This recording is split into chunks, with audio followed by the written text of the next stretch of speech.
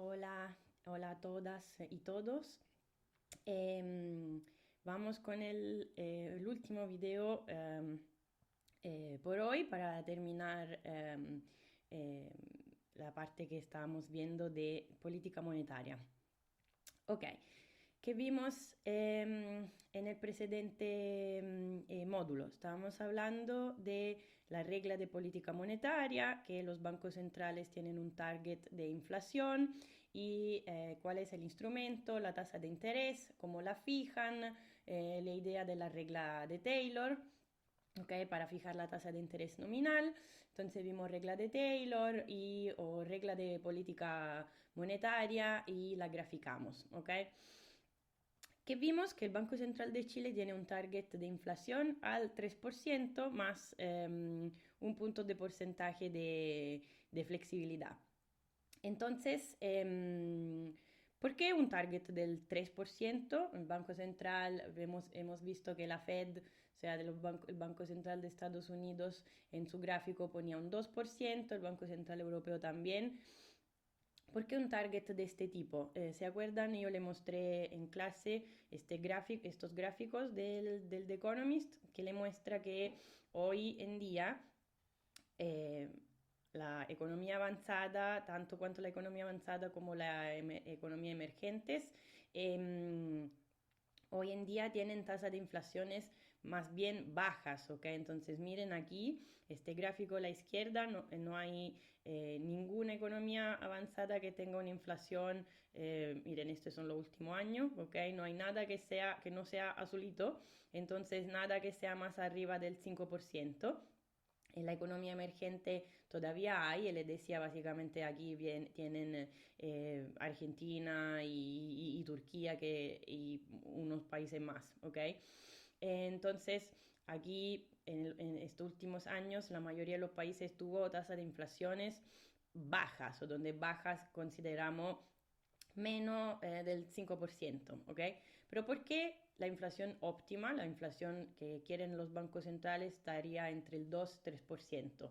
¿Y por qué, por ejemplo, no sería nula, una tasa de inflación cero? Si queremos precios estables, significa tasa de inflación cero, ¿ok?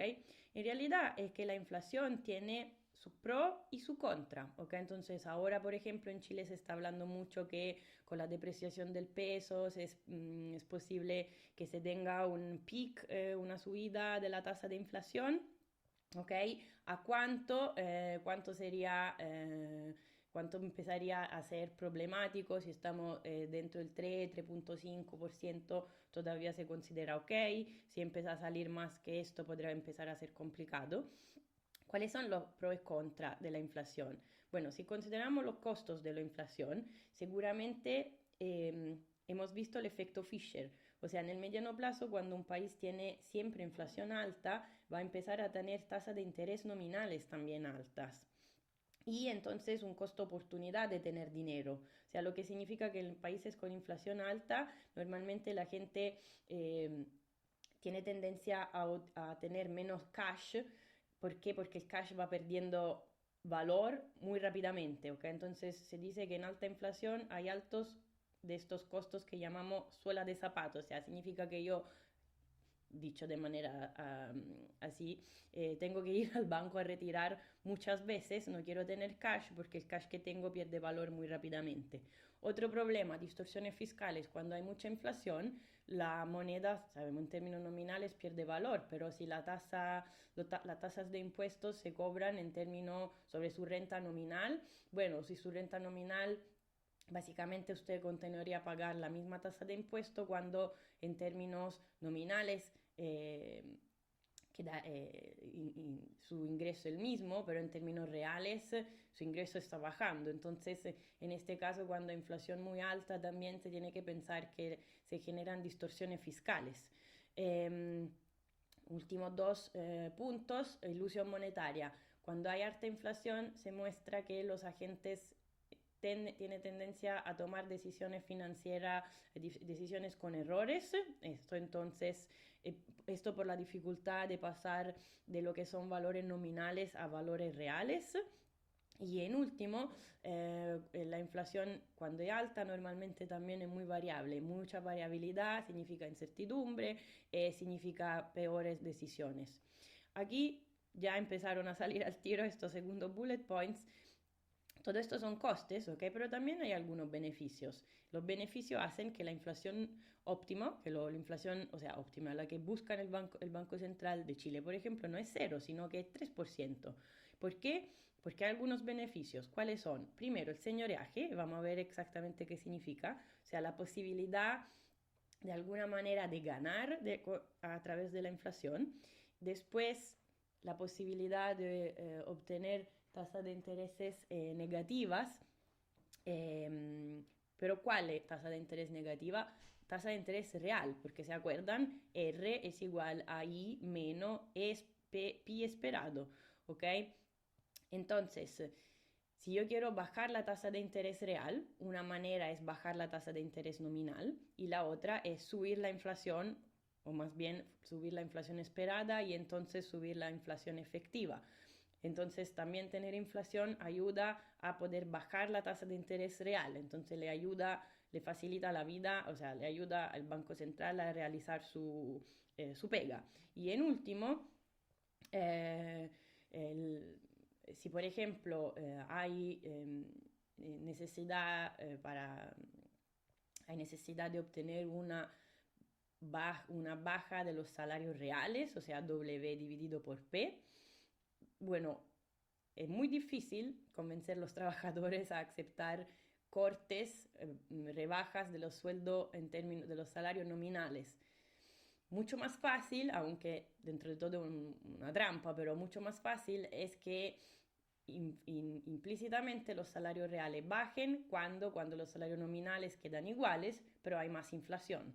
¿Okay? Entonces, si por ejemplo la economía hay que hacer un ajuste por razones varias, es necesario bajar el costo del trabajo, esto podría pasar más fácilmente a través de inflación que baja los salarios reales, que es mucho más fácil que pase esto, que no que se genere efectivamente un corte, una rebaja de los salarios nominales. ¿Okay? Entonces, hay pro y contra de tener una inflación que sea positiva, pero no alta claramente. Entonces, por esta razón, entre comillas, poniendo todas estas razones juntas, los bancos centrales normalmente tienen target entre 2 y 3% para la inflación, pero nunca cero, ¿ok?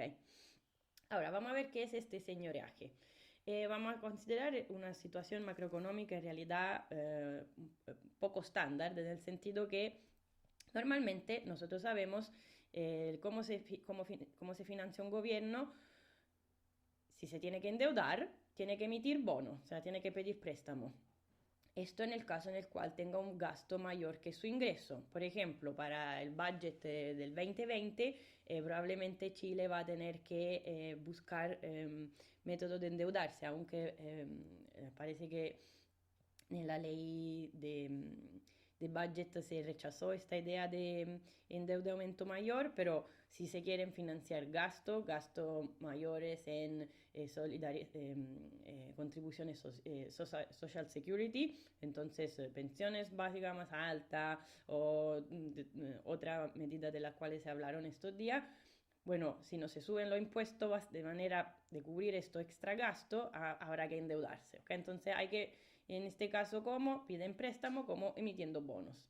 La otra posibilidad, y aquí pero entramos ya en una situación menos estándar, claramente esto no debería ser el caso de Chile, por ejemplo, es que el Estado se endeude, pero también que un actor en particular compre estos títulos de deuda, que sería el Banco Central. En este caso se habla de monetización de la deuda, ¿ok?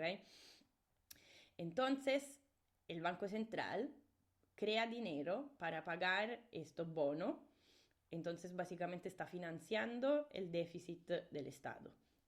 Ahora, normalmente, como le decía, esto no pasa, en situaciones macroeconómicas normales esto no pasa, el Estado no monetiza su deuda, pero pueden haber situaciones extrañas, por ejemplo, una situación de crisis presupuestaria, que significa que el gobierno no es más capaz de financiar su deuda, por ejemplo, en los mercados internacionales, porque estamos en una situación de convulsión social económica. No debería ser esto para nada el caso de Chile, no se asusten. Esto, por ejemplo, podemos decir es lo que pasó en Venezuela, ¿ok? En este caso, entonces, el Estado tiene una capacidad cada vez menor de financiar, no sé, de financiar su deuda y recorrería entonces al Banco Central para monetizar su deuda. En este caso, entonces, entre comillas, el Estado gana o puede tener ingreso gracias al señoreaje. ¿Qué es el señoreaje? Básicamente son los ingresos conectados a la creación de moneda. ¿Por qué? Porque el Estado emite un bono, pero este bono, ¿cómo se paga?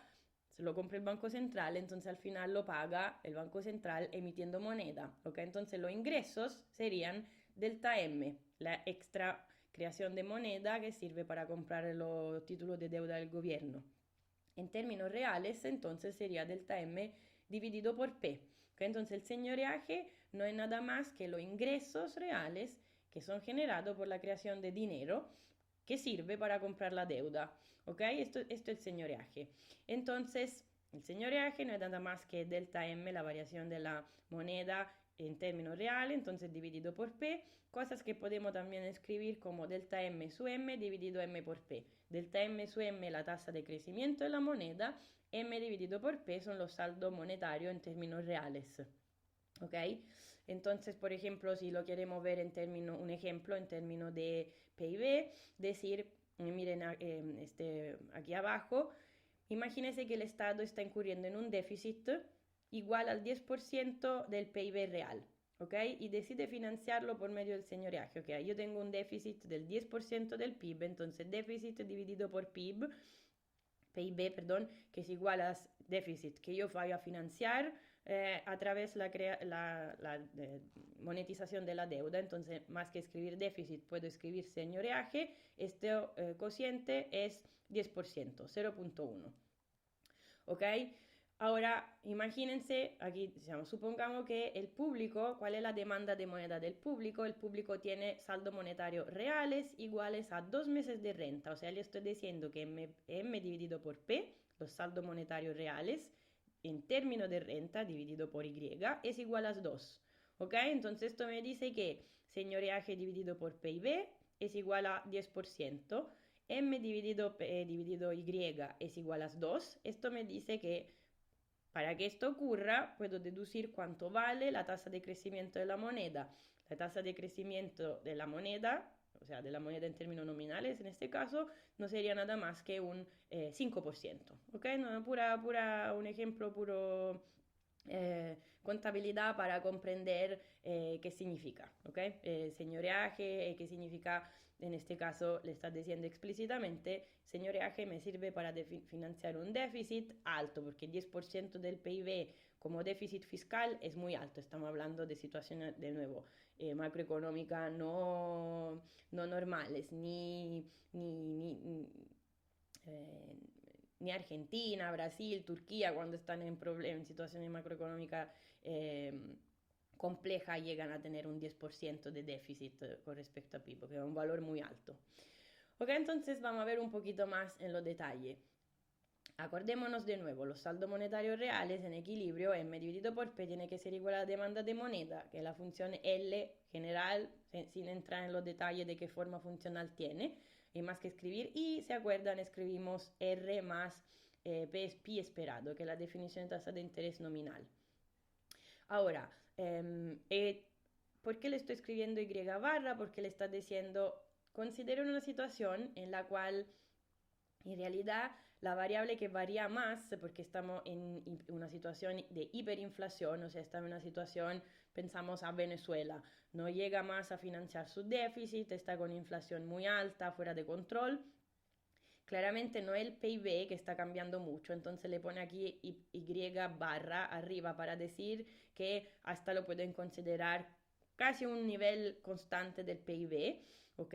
Aquí tampoco es la tasa de interés real la que va a variar mucho, sino que la inflación la que va a, la variable que está variando, que se está moviendo más, ¿ok? Aquí le está diciendo más alto es la tasa de interés nominal, menos moneda yo voy a querer utilizar, ¿ok? Esto es lo que estábamos diciendo, cuando la tasa de inflación son muy alta, lo que se repercute con tasa de nominal, de interés nominal muy alta, bueno, un costo oportunidad muy alto de tener cash, ¿ok? Entonces la demanda de moneda va bajando. Ahora, entonces, más para escribir señoreaje en su mismo es delta M dividido por P. Pero escribimoslos como delta M dividido por M multiplicado por los saldos monetarios reales, o sea, tasa de crecimiento de la moneda multiplicado por demanda de moneda, ¿ok? Esto es lo que hemos visto hasta ahora. Entonces, lo que le está diciendo y lo que tiene aquí también en el gráfico, que le está diciendo, ojo, que a un cierto momento, cuando yo quiero financiar el déficit teniendo señoreaje, o sea, teniendo más moneda, a un cierto momento voy a remar en contra, porque yo voy a tener más inflación, pero los saldos monetarios reales empiezan a bajar. ¿Por qué? Porque más alta la tasa de inflación y más alta la tasa de interés, más alto el costo oportunidad de tener moneda, entonces la demanda de moneda va a bajar. O sea, ¿qué le está diciendo? Vamos a verlo dicho de otra manera en términos de tasa de crecimiento. De nuevo, GDM es la tasa de crecimiento de la moneda. La ecuación de la demanda agregada nos dice que tasa de crecimiento de la producción es la tasa de crecimiento de la moneda en términos reales, o sea, GDM menos la tasa de inflación. Ahora, en el mediano plazo, GDY es una constante. Aquí, hasta para simplificarnos la vida, le dice, bueno, normalicémoslos a cero. Puede ser positiva y constante, no importa. En este caso es para decir que todo crecimiento de la moneda se refleja en inflación, en el mediano plazo inflación es igual a inflación esperada, cosas que ya sabemos. Entonces, en el mediano plazo, el señoreaje no es nada más que tasa de crecimiento de la moneda multiplicada por saldo monetario reales. Los saldos monetarios reales son la demanda de moneda. La demanda de moneda depende de Y, que aquí consideramos constante porque le dijimos tasa de crecimiento del mediano plazo, ¿ok? Tasa de crecimiento de la producción natural hasta normalizado aquí a cero, ¿ok? Entonces G de Y barra es cero. Después aquí tenemos R más P esperado, pero estamos en el mediano plazo, cuando P esperado es igual a P, es igual a GDM, ¿ok? Entonces aquí le voy a escribir delta M. ¿Qué ven?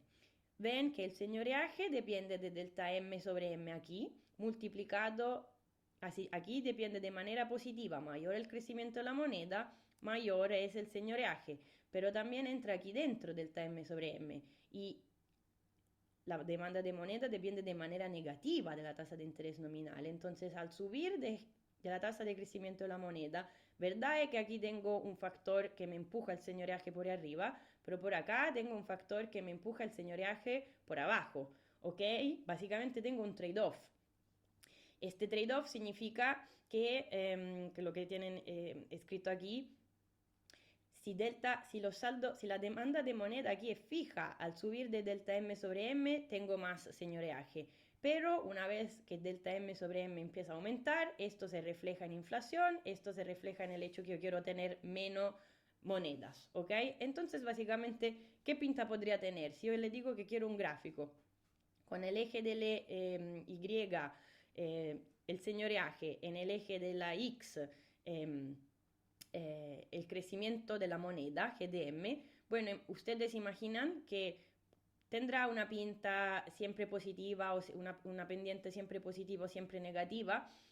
Probablemente no, porque tiene un efecto positivo aquí, pero un efecto negativo aquí. Entonces, la posibilidad intuitiva es que tenga una pendiente al principio positiva y después negativa, o sea, que tenga una forma a campana. ¿Ok? Entonces, cuando la inflación es baja, subir la tasa de crecimiento de la moneda puede aumentar el señoreaje. Cuando la inflación empieza a ser alta, esto se refleja en mayor tasa de interés nominal, esto significa que los agentes quieren tener menos moneda, entonces no es dicho que el señoreaje en este caso vaya aumentando. Entonces, como les decía, es probable, y de hecho lo que pasa es que el señoreaje, delta M dividido por P, en realidad es una función con cavidad por abajo, significa al principio crece la moneda, tenemos más señoreaje, llegamos a un punto y después esto máximo, y después esto, mayor es la moneda, la tasa de crecimiento, menor el señoreaje, porque a este momento gana el efecto que los agentes van a querer tener menos y menos monedas, ¿ok? ¿Saben qué es la curva de Laffer? Porque aquí le dice esto es similar a la curva de Laffer. La curva de Laffer, se lo voy a mostrar aquí un segundo, lo tenía abierto. La curva de Laffer es algo muy conocido en términos de política económica en Estados Unidos. ¿Quién era este Laffer? Era un economista que en los años 80 convenció a los presidentes republicanos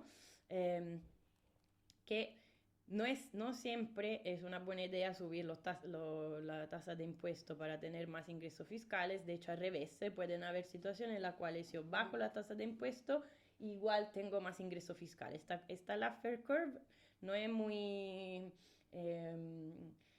¿cómo se dice? Los economistas no están para nada de acuerdo que sea empíricamente relevante, pero es un concepto muy conocido. Aquí que le está mostrando la tasa de impuesto.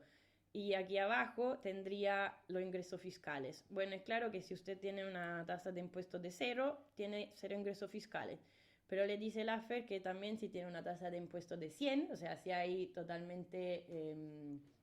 si el sistema es totalmente confiscatorio, bueno, usted no tendría ningún interés a trabajar, a ganar. ¿Por qué? Porque le van a sacar todo en términos de impuesto. En este caso, habría una economía paralizada y también habrían ingresos fiscales cero. ¿Ok? Entonces, esta Laffer Curve le dice, mire, hay una situación en la cual yo podría bajar la tasa de impuesto, por ejemplo, aquí, pasar de este nivel a este nivel, y igual subir los ingresos fiscales. Normalmente, ¿por qué les digo que empíricamente no tiene mucho sentido? Porque es difícil argumentar que hay alguna economía en esta segunda mitad. Normalmente las economías están en esta mitad, lo que significa que normalmente usted sube la tasa de impuesto y también tiene más ingresos fiscales. Porque no estamos a niveles, ninguna economía, decimos, desarrollada está a este nivel, pero en términos de, o sea, es importante que conozcan quién era Laffer y qué idea tiene. ¿Okay? Entonces volvemos a nosotros. En este caso, ¿por qué se habla de curva de Laffer en términos de... porque tiene la misma pinta, ¿no? La que vimos en términos del señoreaje. Yo podría considerar que la tasa de impuesto, en este caso la tasa de inflación, y lo que sería la base impositiva, o sea, el ingreso sobre los cuales se cobran los impuestos, son los saldos monetarios reales. ¿Ok? Entonces, el señoreaje, delta M sobre M dividido M por P, en el mediano plazo es igual a decir inflación multiplicado M dividido por P. ¿Ok? Delta M sobre M en el mediano plazo llega a ser simplemente la inflación. ¿Ok? Entonces, un impuesto, puesto que podemos interpretar el señoreaje como impuesto a la inflación, bueno, la interpretación en términos de curva de Laffer es evidente, ¿ok? Entonces, curva de Laffer, en este caso, esta es la base impositiva y este sería la tasa de impuesto. Al subir del delta M sobre M, por un cierto momento, los ingresos suben, el señoreaje, y después empiezan a bajar, o sea, este gráfico que hemos visto aquí, ¿sí? Conclusión, es verdad que en el corto plazo una tasa de crecimiento de la moneda mayor puede dar ingresos de señoreaje mayor para un gobierno que necesita financiar su deuda monetizándola, pero una vez que pasamos de corto a mediano plazo, cuando toda crecimiento de la moneda se refleja en inflación y entonces los agentes van a querer tener menos moneda porque mayor inflación significa mayor tasa de interés nominal. Bueno, en este caso, a este momento llega una situación en la cual no es más conveniente subir más aún la tasa de crecimiento de la moneda porque los ingresos del señoreaje ya empezarían a bajar, ¿ok? Bueno, estamos de acuerdo, terminamos aquí entonces y en resumen, para la próxima semana necesito que hayan visto estos videos y tengan claro lo que es demanda de moneda de teoría de inventario, teoría cuantitativa de la moneda, efecto Fisher, lo que es esto, el señoreaje y reglas de política monetaria, reglas de Taylor. Como siempre, por cualquier duda, pregunta, me escriben, no hay ningún problema. Y que estén bien, cuídense y nos vemos.